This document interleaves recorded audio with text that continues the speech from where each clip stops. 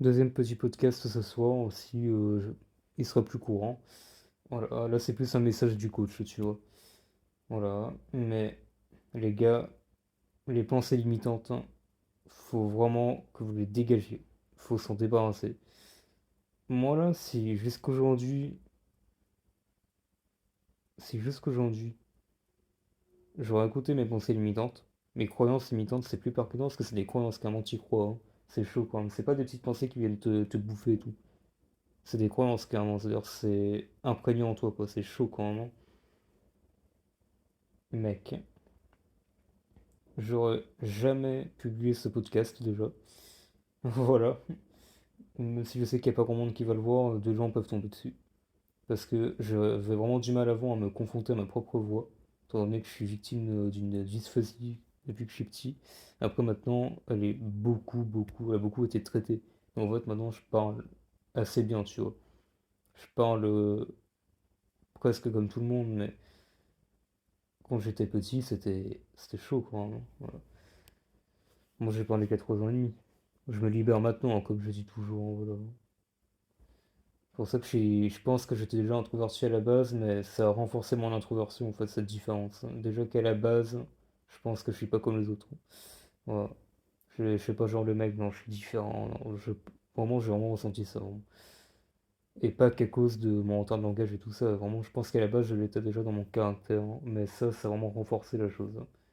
Et du coup, je me suis plus affirmé, donc c'est pas mal en vrai. Bref, on s'éloigne du sujet. Moi, si j'avais écouté mes croyances imitantes, j'aurais jamais fait ce podcast. J'aurais jamais pu confronter ma voix. J'aurais jamais fait toutes les photos que j'ai faites. J'aurais jamais publié mon site photo. J'aurais jamais créé mon Instagram avec plein de photos dessus. J'aurais jamais euh, eu mes amis actuels. J'aurais jamais été parler à des filles euh, qui me plaisent. Donc, vous voyez, les gars. Et pourtant, certaines de ces choses, j'ai vraiment eu beaucoup du mal à les faire, mais je suis sorti de ma zone de confort, hein. Mais en fait, quand tu dis je veux sortir de ma zone de confort, tu te sens mal, hein. Mais en fait, tu te sens mal parce que tu dois t'en libérer de cette putain de zone de confort de merde. Et du coup, ce que tu dois faire, c'est que tu dois faire les actions du coup nécessaires, hein, pour sortir de la zone de confort. Et là, en fait, tu te sentiras mieux après. Mais tu n'auras plus toute cette pression, en fait, hein. Ouais, c'est la pression, c'est la peur, hein. C'est ton ego qui t'empêche de faire ça. Et tes croyances limitantes de merde, tu les mets de côté. Et en fait, tu te crées une nouvelle identité. Et du coup, bah, tes croyances limitantes, elles disparaissent. Voilà. Et si tu as des petites pensées limitantes de temps en temps qui te bombardent la tête, et bah tu les rebombardes par d'autres pensées qui vont elles-mêmes les limiter, qui vont les faire dégager. Et du coup, ta nouvelle identité, elle sera prête. Et là, tu pourras te voir comme une nouvelle version de toi-même améliorée, tu vois. Tu vas dire, ah, je suis pas un jeu vidéo, mais mec, au lieu de jouer aux jeux vidéo toute la journée, agis dans la vraie vie, vraiment. À part si ta passion c'est les jeux vidéo, que tu vas en faire ton métier, entraîne-toi évidemment, mais hors de ça, vraiment, ta gueule, arrête et sois dans la vraie vie, tu vois. Bref.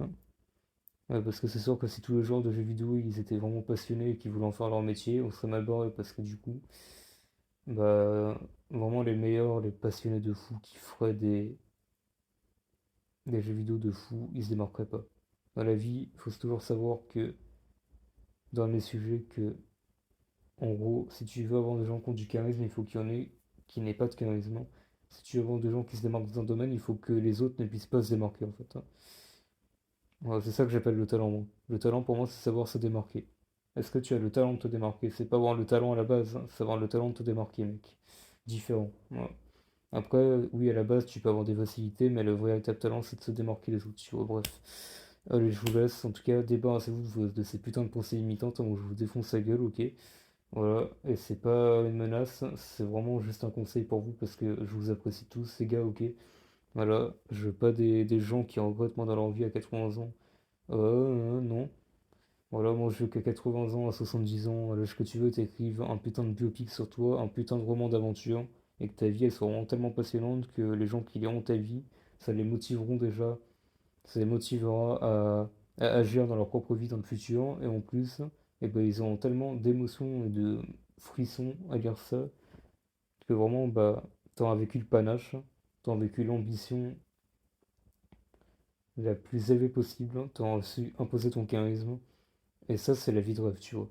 Et si tu dis à ma vie, la patience, si le sens de ta vie, c'est de toujours devenir meilleur, de t'améliorer. Voilà. Donc ta gueule là-dessus aussi, voilà. J'ai des mots percutants ce soir, mais je tiens vraiment à vous coacher comme moi, on m'a coaché pour tout ce que j'ai fait, ok? Bref, vas-y, je vous laisse les gars. Bonne soirée à vous. Encore une fois, et puis à la prochaine, hein. Voilà.